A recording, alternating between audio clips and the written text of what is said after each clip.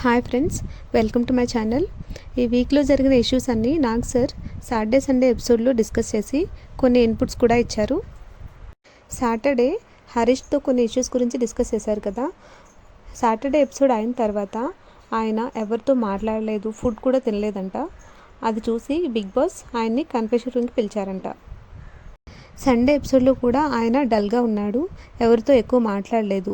And మిరై movie team వచ్చి fun task పెట్టినప్పుడు కూడా ఆయన సరిగ్గా రెస్పాండ్ అవ్వలేదు.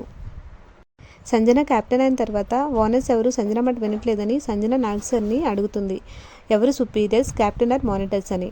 నాగ్ సార్ చెప్తారు, అందరికంటే క్యాప్టెన్ సుపీరియర్ అండ్ అందరూ క్యాప్టెన్ మాట వినాలి అని.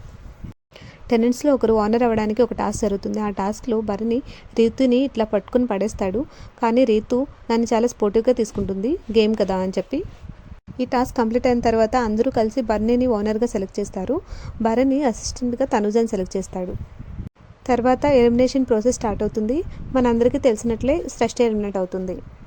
ఈ వీడియో మీకు నచ్చినట్లయితే మరిన్ని బిగ్ బాస్ రివ్యూస్ కోసం like, share and subscribe my channel. That's all for now. Thank you for watching.